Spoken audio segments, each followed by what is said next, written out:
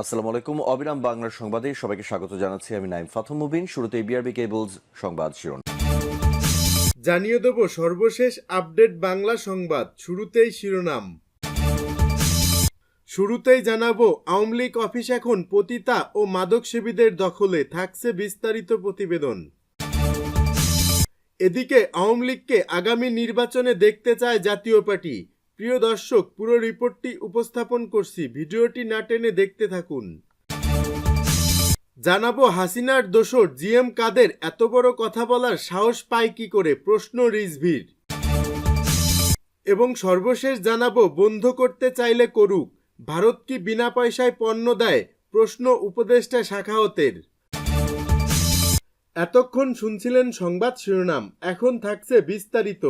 প্রিয় দর্শক, আপনি যদি এই চ্যানেলে নতুন হয়ে থাকেন, ভিডিওটি দেখতে দেখতে চ্যানেলটি সাবস্ক্রাইব করে আমাদের সঙ্গেই থাকুন। আর এই ভিডিও সম্পর্কে আপনি আপনার মূল্যবান মতামতটি কমেন্ট বক্সে জানিয়ে দিন।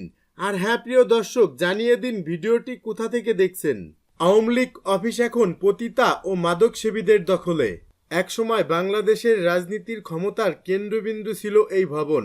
গত 4 মাস আগেও এই ভবনে ঢুকতে গেলে লবিং করতে হতো। 5 আগস্ট শেখ হাসিনা পালিয়ে যাওয়ার পর থেকে বদলে যেতে থাকে চিত্র। দলের কোনো নেতাকর্মী আর কার্যালয়ে আসেন না। ফলে অবাধ আনাগোনা বেড়েছে মাদকসেবী সহ অপরাধীদের। বিভিন্ন তলায় চলছে মাদক সহ দেহ ব্যবসা। ভবনের সামনে পুলিশের উপস্থিতি থাকলেও পুলিশের চোখ ফাঁকি দিয়ে চলছে এসব অপরাধমূলক কাজ। নিজেদের মতো সাজিয়ে নিচ্ছে ছোট ছোট ঘর। দিনের আলোতেই চলছে সেই সব ঘরে অবাধ দেহ ব্যবসা। সরেজমিনে দেখা যায় কয়েকজন মিলে গাঁজা সেবন করছেন এবং তাদের পাশেই দাঁড়িয়ে আছেন এক নারী।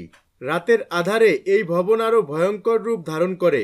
অপরাধীরা নিশ্চিন্তে অবস্থান নেয় এই ভবনে। পল্টন থানার ওসি জানান, এই বিষয়ে আমরা যখনই খবর পাই তখনই ব্যবস্থা নেই। এক সময়ের দাপুটে ভবন আজ ময়লার ভাগার। ভেতরে মিলছে অপরাধের বাস্তব প্রমাণ। আওয়ামী লীগকে আগামী নির্বাচনে চায় জাতীয় পার্টি। আওয়ামী লীগকে নিষিদ্ধ করা উচিত হবে না বলে মন্তব্য করেছেন জাতীয় পার্টির চেয়ারম্যান গোলাম মোহাম্মদ জিএম কাদের। তিনি বলেন, আওয়ামী লীগের যারা দোষ করেছে তাদের তদন্তের মাধ্যমে বিচারের মুখোমুখি করুন। আন্দাজে মামলা দিয়ে কাউকে শাস্তি দেওয়া ঠিক নয়। একটি সংগঠনের সবাইকে অপরাধী যদি তাই ভাবেন, তাহলে শেখ হাসিনার সঙ্গে আপনাদের তফাৎ কি? শেখ হাসিনা মনে করত বিএনপি ও জামায়াত করলেই অপরাধী। এখন তো আপনারা সেটাই করছেন। আমরা চাই আগামী নির্বাচনে সকল দল অংশ নিক। শনিবার দুপুরে জাতীয় পার্টি চেয়ারম্যানের বনানী কার্যালয়ে সংবিধান সংরক্ষণ দিবস উপলক্ষে আয়োজিত আলোচনা সভায় সভাপতির বক্তব্যে জিএম কাদের এসব কথা বলেন। জিএম কাদের বলেন, যাদের নিবন্ধন দিয়েছেন তাদের কেন নির্বাচনে আসতে দেবেন না? সাংবাদিকদের এক প্রশ্নের জবাবে তিনি বলেন, কোনো আগ্রাসন এলে স্বাভাবিকভাবেই আমরা তা প্রতিহত করব। এটার জন্য গলাবাজির দরকার নাই। কেউ কেউ বলেন, আগ্রাসন এলে 1 ইঞ্চিও ছাড় দেব না। কে আপনাকে ছাড় দিতে বলে? আমাদের দেশে আর্মি আছে, বিজিবি আছেন না? জিএম কাদের বলেন, 2008 সালের নির্বাচনে আওয়ামী লীগ পেয়েছিল 230টি আসন। তাদের ভোটের হার ছিল 48.04। বিএনপি পেয়েছিল 30টি আসন। তাদের ভোটের হার ছিল 32.05। জাতীয় পার্টি পেয়েছিল 27টি আসন। ভোটের হার ছিল 7.07। আওয়ামী লীগ ও জাতীয় পার্টিকে বাদ দিলে দেশের 50% মানুষের প্রতিনিধিত্বকারী দলকে জাতীয় ঐক্যের ডাকের বাইরে রাখা হয়েছে। 50% মানুষের দলকে সংলাপের বাইরে রাখা হয়েছে। এতে জাতিগতভাবে অবিশ্বাসের সৃষ্টি হয়েছে। দেশে একটা সংঘাতময় পরিবেশের সৃষ্টি হয়েছে। তিনি বলেন, 1971 সালের স্বাধীনতা যুদ্ধের সময় হানাদাররা বলেছিল, আমরা মানুষ চাই না, মাটি চাই। পুরামাটির নীতিতে মানুষকে গাদ্দার মনে করা হয়েছিল। 50% মানুষের প্রতিনিধিত্বকারী দলকে বাদ দিয়ে সুন্দর দেশ গড়া বাস্তবসম্মত নয়। শান্তিপূর্ণভাবে মিছিল করা সাংবিধানিক অধিকার, তা আমাদের দেওয়া। শান্তিপূর্ণভাবে মিছিল মিটিং করা সাংবিধানিক অধিকার, তা আমাদের দেয়া হচ্ছে না। আমাদের পার্টি অফিসকে জ্বালিয়ে দেয়া হচ্ছে। গণমাধ্যমকে ব্যাপকভাবে টর্চার করা হচ্ছে। সাংবাদিকরা ভয়ভীতির মধ্যে দিন কাটাচ্ছে। জিএম কাদের দাবি করেন, আমাদের পাসপোর্ট দেয়া হচ্ছে না, পাসপোর্ট পাওয়া আমাদের সাংবিধানিক অধিকার। নির্বিচারে আমাদের লোকদের মিথ্যা মামলায় জড়ানো হচ্ছে, আমাদের নেতাকর্মীদের নামে মিথ্যা মামলা দেয়া হচ্ছে, গ্রেপ্তার করা হচ্ছে কিন্তু জামিন দেয়া হচ্ছে না। আমরা বিভিন্নভাবে নির্যাতিত হচ্ছি। 30 নভেম্বর প্রকাশিত একটি পত্রিকায় দেখেছি, প্রধান উপদেষ্টার প্রেস সচিব বলেছেন, রাষ্ট্র সংস্কার ছাড়া অন্তর্বর্তীকালীন সরকার চলে গেলে এই প্রজন্ম আমাদের কাঠগড়ায় দাঁড় করাবে। অন্তত সত্য কথা, আন্দোলনটা ছিল শেখ হাসিনাকে ক্ষমতাচ্যুত করা, কারণ শেখ হাসিনা বৈষম্যমুক্ত সমাজ গড়ার স্বপ্ন ভেঙে দিয়েছিল। শেখ হাসিনার লোকজন লুটপাট করে দেশটাকে শেষ করে দিয়েছিল।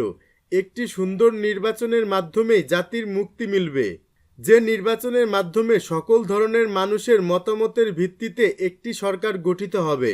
2008 সালের নির্বাচনে জনগণের রায়ে শেখ হাসিনা নির্বাচিত হয়ে দানবীয় সরকার গঠন করেছিল বলে উল্লেখ করেন জাপা চেয়ারম্যান। তিনি বলেন, এটা থেকে পরিত্রাণ পেতে রাষ্ট্রযন্ত্রের সংস্কার চাই। বৈষম্যমুক্ত সমাজের জন্য শুধু ছাত্র না, আজীবন সকল শ্রেণী পেশার মানুষ যুদ্ধ করেছে। বৈষম্যমুক্ত সমাজ গড়তে জাতীয় ঐক্য দরকার, সংস্কারে সবার মতামত দরকার আছে, পরবর্তীতে এটি সংসদেও পাশ করতে হবে।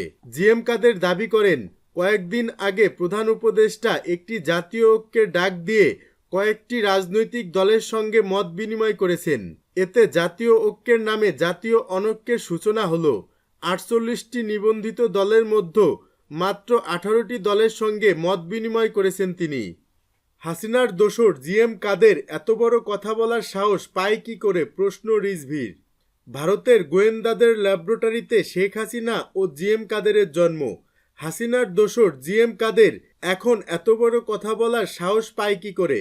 সরকারের কাছে এমন প্রশ্ন রেখেছেন বিএনপির সিনিয়র যুগ্ম মহাসচিব অ্যাডভোকেট রুহুল কবির রিজভী। গুম হওয়া সবুজবাগ থানা ছাত্রদল নেতা সুজন ও ফরাদকে ফিরে পাওয়ার দাবিতে শনিবার বিকেলে ঢাকার দক্ষিণ বাসাবো ওহাব কলোনি কাজী অফিস সংলগ্ন রাস্তায় এক বিক্ষোভ সমাবেশে প্রধান অতিথির বক্তব্যে তিনি এসব কথা বলেন। রিজভী বলেন, আজকে হাসিনার দোসর জিএম কাদের বলেছেন, আওয়ামী লীগ ও জাতীয় পার্টি মিলে তাদের পক্ষে জনসমর্থন নাকি 50%। এই কথা বলার সুযোগ পায় কি করে জিএম কাদেররা? শেখ হাসিনার রক্ত ঝরানো যে দুঃশাসন, সেই দুঃশাসনের মধ্যে কত মায়ের যে বুক খালি হয়েছে, কত বোনের চোখ দিয়ে অশ্রু ঝরে পড়েছে, কত বাবা যে পাগল হয়ে গেছে সন্তানের শোকে, তার কোনো শেষ নেই। সেই শেখ হাসিনার 17 বছরের নির্মম শাসনকে যারা বৈধতা দিয়েছে তারা হলেন স্বৈরাচার এরশাদ, তার ভাই কাদের, এরশাদের স্ত্রী রওশন এরশাদ। আজ গলা বের করে উঁচু গলায় কথা বলে কি করে? বিএনপির এই মুখপাত্র বলেন, আমরা সবাই জানি ওই ভারতের ল্যাবরেটরিতেই শেখ হাসিনার জন্ম, ওখানে জিএম কাদেরের জন্ম, ভারতের গোয়েন্দাদের ল্যাবরেটরিতেই রওশন এরশাদের জন্ম। ওরা তো কথা বলবেই। এখন ঘাপটি মেরে থাকলেও তারা যে কোনো মুহূর্তে সুযোগ পেলে সবল দিবে। অন্তর্বর্তীকালীন সরকারের উদ্দেশ্যে বিএনপির সিনিয়র যুগ্ম মহাসচিব বলেন, আজকে অন্তর্বর্তীকালীন সরকারকে সবাই সমর্থন দিয়েছে, গণতন্ত্রকামী মানুষরা সমর্থন দিয়েছে। যাদের সন্তানদেরকে শেখ হাসিনা গুলি করে হত্যা করেছে তারাও সমর্থন দিয়েছে। আপনাদের কাজ কি শুধুমাত্র গদির মধ্যে বসে থাকা, এসি রুমের মধ্যে বসে থাকা? আপনারা এই 4 মাসে কি কাজ করেছেন দেখাতে পারবেন? আজকেও সয়াবিন তেল কেন 185 টাকা থেকে 190 টাকা কেজি হবে? এজন্যই কি অন্তর্বর্তীকালীন সরকারকে জনগণ সমর্থন দিয়েছে? এখনো তো বাজার নিয়ন্ত্রণ করছে আওয়ামী লীগের লোকেরা।